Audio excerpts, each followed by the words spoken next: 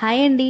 ఈరోజు ఒక simple and ఈజీగా చేసుకునే బ్రేక్ఫాస్ట్తో మీ ముందుకు వచ్చేసాను. ఉదయాన్నే టైం లేనప్పుడు, లేదా ముందు రోజు ఇడ్లీ లేదా దోశ పిండి వేయనప్పుడు, లేదా బద్ధకంగా ఉన్నప్పుడు స్పీడ్గా, ఈజీగా, అలాగే హెల్తీగా కూడా ఏదన్నా చేయాలి అని ఆలోచించినప్పుడు టక్కున గుర్తొచ్చేదైతే ఈ గోధుమ పిండి దోశలు.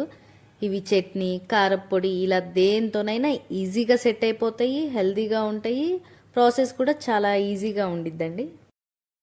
ఇప్పుడు ఈ సింపుల్ బ్రేక్ఫాస్ట్ని ఎట్లా చేసుకోవాలో ప్రాసెస్ ఏంటో చూసేద్దామా. ముందుగా ఒక గిన్నె పెట్టుకొని అందులో ఒక పెద్ద ఉల్లిపాయని సన్నగా తరిగి వేసుకోవాలి. దాంతోపాటే సన్నగా తరిగిన పచ్చిమిర్చి, కొంచెం తరిగిన కరివేపాకు, కొత్తిమీర కూడా వేసుకోవాలి.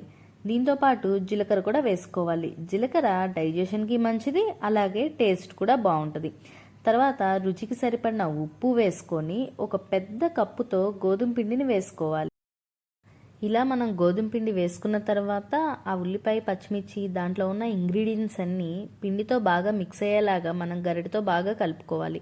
వాటర్ పోయకుండా మనం ఇలా కలుపుకోవటం వల్ల మనం తర్వాత వాటర్ పోసినా కూడా ఎటువంటి లంప్స్ లేకుండా ఈజీగా మనకి మిక్స్ అయిపోయేలాగా హెల్ప్ అవుతుంది.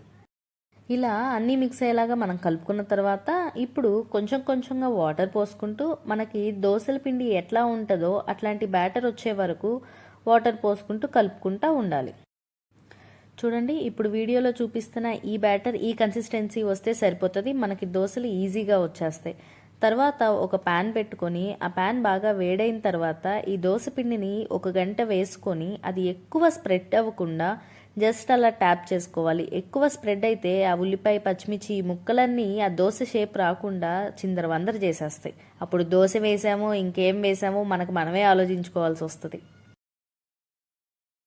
ఇలా మనం స్ప్రెడ్ చేసుకున్న పిండిని కొంతసేపు అలా ఉంచేసి అది కొంచెం కాలాక ఆయిల్ వేసుకోవాలి.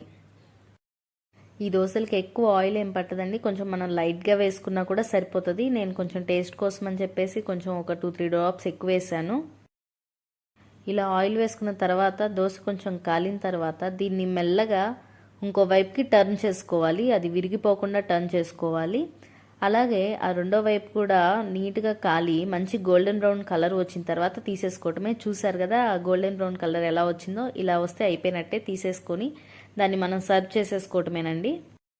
సింపుల్గా ఏదో ఉల్లిపాయ, పచ్చిమిర్చి వేస్తే అయిపోయాయి, టేస్ట్ ఎలా ఉండిద్ది అనుకుంటారేమో కానీ టేస్ట్లో మాత్రం రాజీ పడేది ఉండదు. మన ఎక్స్పెక్టేషన్కి తగ్గట్టే ఉండిద్ది కానీ దానికి తగ్గైతే ఉండదు.